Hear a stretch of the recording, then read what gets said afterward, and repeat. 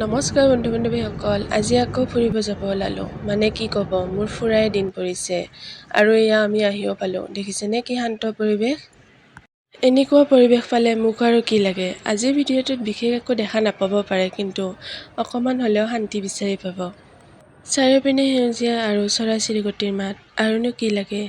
আজিকালি এনেকুৱা পৰিৱেশ খুব কমেই দেখা পায়। জীৱনত যদি খেলিমেলি চলি আছে, প্ৰাকৃতিক পৰিৱেশৰ মাজত যায় শান্ত মনেৰে অকণমান টাইম বহিব, সকলো প্ৰশ্নৰ উত্তৰ পাই যাব। সেউজীয়া পৰিৱেশ, তাতে আৰু মোৰ ফেভৰেট আইচক্ৰীম। এওঁলোকেতো শুয়ে দিলে। গধূলি হৈ আহিলে ইয়াত মানুহৰ ভিৰটো অকণমান বাঢ়ি যায় আৰু এতিয়া আমি ঘৰলৈ যাওঁ। ঘৰলৈ যোৱাৰ আগতে মন্দিৰটো আপোনালোকক অকণমান দেখালোঁ। ভিতৰত প্ৰৱেশ কৰা নাই আমি। এটা সুন্দৰ গধূলি পাৰ কৰিলোঁ আৰু ফুচকা দেখিলে নোখোৱাকৈ থাকিব নোৱাৰি, তো খায়েই দিলোঁ আৰু এতিয়া আমি ঘৰলৈ যাওঁ। ভিডিঅ'টি শেষলৈ চোৱাৰ বাবে ধন্যবাদ। Bye bye.